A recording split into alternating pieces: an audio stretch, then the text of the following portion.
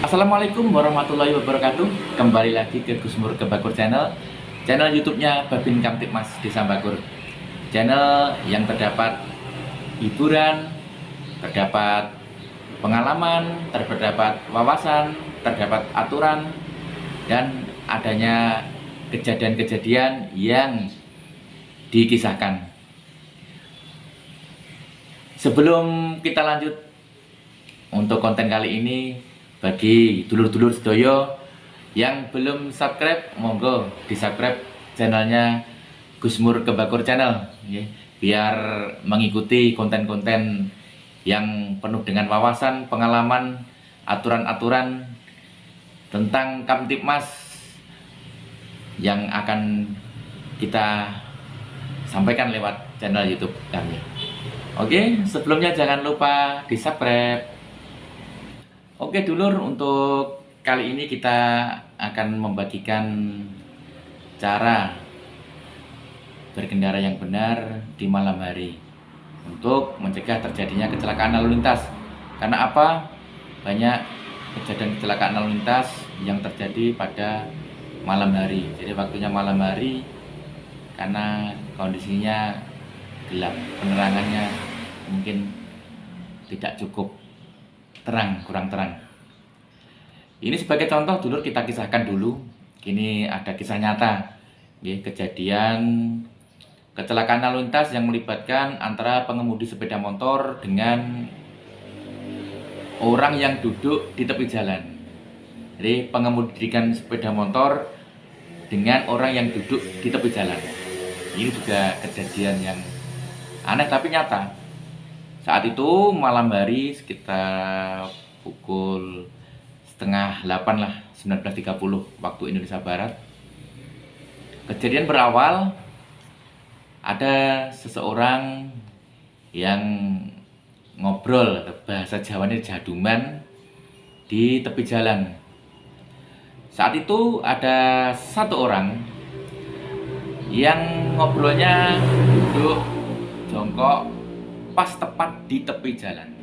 Jadi pantatnya duduk di tepi aspal, sedangkan kakinya di bawah, kakinya di tanah atau di bahu jalan. Saat itu dia menghadap ke posisi luar, tidak menghadap ke jalan. Apa yang terjadi dulur? Saat itu ada pengemudi sepeda motor yang masih anak-anak tetapi sudah memiliki surat izin mengemudi karena usianya sudah 17 tahun ke atas. Saat orang yang duduk ini asik mengobrol, melihat ada sepeda motor dari arah selatan ke utara yang mendekati dirinya, berjalan kencang atau melaju kencang. Orang ini secara refleks bangun dari duduknya atau berdiri. Nah, gini ya, berdiri. Pada saat berdiri tersebut, pengemudi sepeda motor tersebut kaget. Duh, kok ada orang? Nah, akhirnya apa? Pengemudi sepeda motor refleks membanting setir ke kiri. Akhirnya ban depan tersebut mengenai kaki sebelah kiri, jadi membentur kaki sebelah kiri dari orang yang ngobrol di jalan tersebut. Ngobrol di tepi jalan maksud saya. Saat itu apa yang terjadi adalah untuk pengemudi sepeda motor ini tidak jatuh, cuma oleng. Tapi untuk orang yang duduk tadi harus mengalami luka serius, kaki kirinya patah. Saat itu langsung diberikan pertolongan oleh teman-temannya, dibawa ke rumah sakit. Setelah dilakukan penyidikan oleh Polres tempat, karena usia ini masih anak, akhirnya dilakukan proses diversi. Saat dilakukan proses diversi ternyata tidak ada titik temu, akhirnya sama penyidiknya dilanjutkan penyidikannya karena tidak ada titik temu dalam proses diversi di tingkat penyidikan. Akhirnya anak yang berhadapan hubungan hukum tersebut dilakukan penyidikan, kemudian berkasnya dikirimkan ke kejaksaan. Pada saat di kejaksaan, setelah berkas tersebut dinyatakan P21 lengkap, anak tersebut beserta barang bukti oleh penyidik kepolisian dilimpahkan ke kejaksaan untuk tingkat penuntutan. Pada saat di kejaksaan, di situ juga ada proses diversi kembali. Apa yang terjadi saat di proses diversi di kejaksaan juga tidak ada titik temu. Sama semuanya akibat ganti rugi mungkin. Ganti rugi dari pihak korban meminta ganti rugi yang banyak, dari anak tersebut keluarganya tidak sanggup. Akhirnya di diversi di tingkat kejaksaan juga tidak deal. Akhirnya dilanjutkan ke pengadilan. Sampai ke pengadilan, sebelum masuk ke acara sidang dilakukan proses diversi lagi. Alhamdulillah awalnya di diversi di tingkat pengadilan tidak deal, tetapi akhirnya juga deal juga. Akhirnya perkara tersebut tidak sampai ke persidangan. Proses diversi berhasil di pengadilan. Apa yang dapat atau pengalaman yang kita dapat dari kejadian ini tadi? Ya, pengalaman yang kita dapat dari kejadian ini tadi, bagi pengendara sepeda motor, ini bagi para pengemudi sepeda motor, ini saya jelaskan dulu. Jadi para pengemudi sepeda motor, ini ada tipsnya ini. Jadi kalau Anda berkendara atau mengemudikan sepeda motor, jangan terlalu menepi. Sekali lagi, jangan terlalu menepi. Mungkin dari batas bahu jalan, dari badan jalan itu, antara badan jalan dan bahu jalan kan minimal 1 meter lah dari ini. Nggak apa-apa agak terlalu tengah. Minimal 1 meter dari badan jalan ini, dari bahu jalan.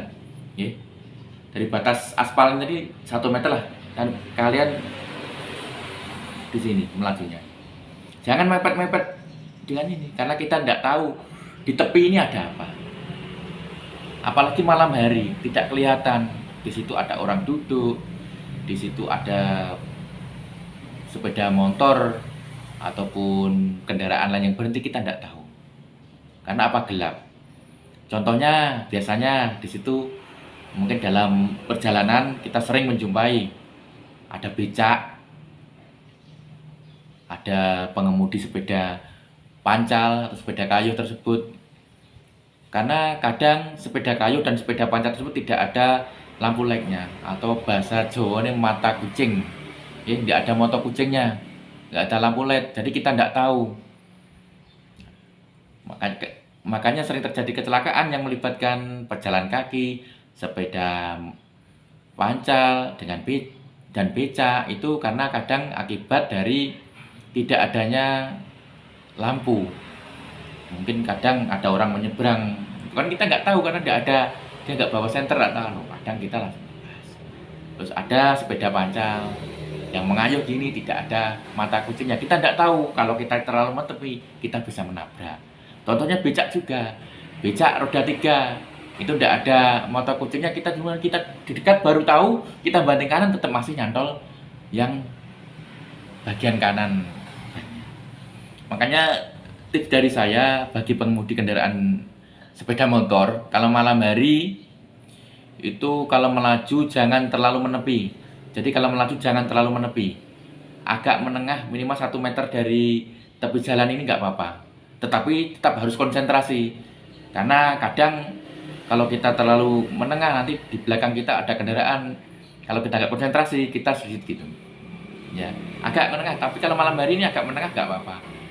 Jaga nih, ya kita harus jaga-jaga kalau ada orang berjalan kaki ataupun sepeda pancal atau sepeda kayu ataupun becak yang tidak ada mata kucingnya, kita tidak tahu. Pasti dari jarak dekat kita baru tahu, baru kaget. Ini untuk yang sepeda motor. Kalau untuk yang pengemudi mobil atau kendaraan roda 4, kalau melaju pada malam hari jangan terlalu menepi juga. Itu di garis marka tengah aja, agak mepet ke marka tengah. Jadi biarkan di tepi ini agak kosong. Karena apa, kita juga nggak tahu sama seperti itu. Sama seperti sepeda motor tadi, kita juga nggak tahu kalau di tepi jalan ini ada orang jalan, ada sepeda pancal, ada becak. Nah ini yang sangat bahaya apabila kita melajunya menepi karena malam hari. Pandangan kita juga terbatas. Nah, ya. Terus ada tip lagi.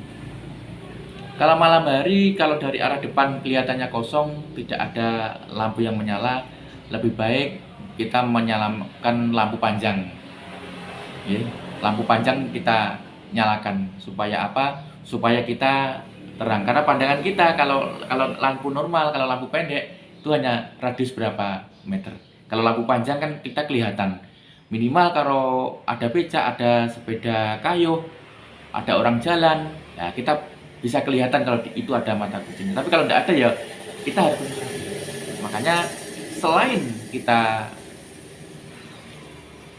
agak ke tengah tadi, dari tepi agak ke tengah, kita juga harus konsentrasi dalam mengemudikan kendaraan bermotor. Percuma kita bergerak ke tengah atau kita menghindari tepi kiri ini kalau kita tidak konsentrasi, percuma. Jadi itu ya pelajaran yang bagi kita ambil.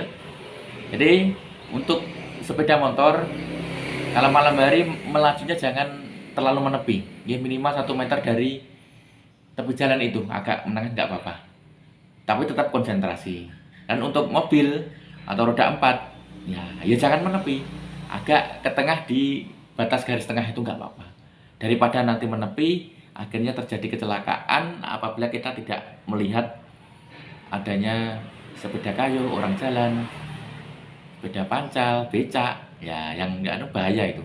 Ya, makanya itu pesan saya tetap harus konsentrasi dan jangan terlalu menepi.